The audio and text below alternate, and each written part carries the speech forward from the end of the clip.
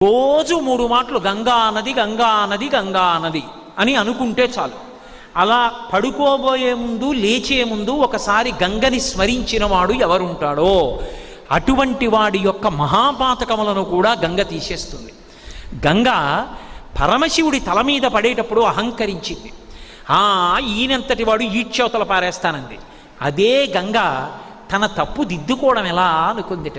నమ కపర్దినీచ వ్యుక్త కేశాయ చ, పెద్ద జటాజూటంతో ఉన్న శంకరుడే బోడిగుండుతో శంకరాచార్యుల వారిగా వచ్చాడు.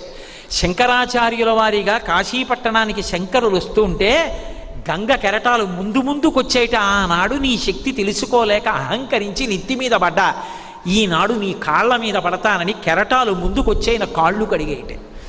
గంగ అంత పవిత్రం.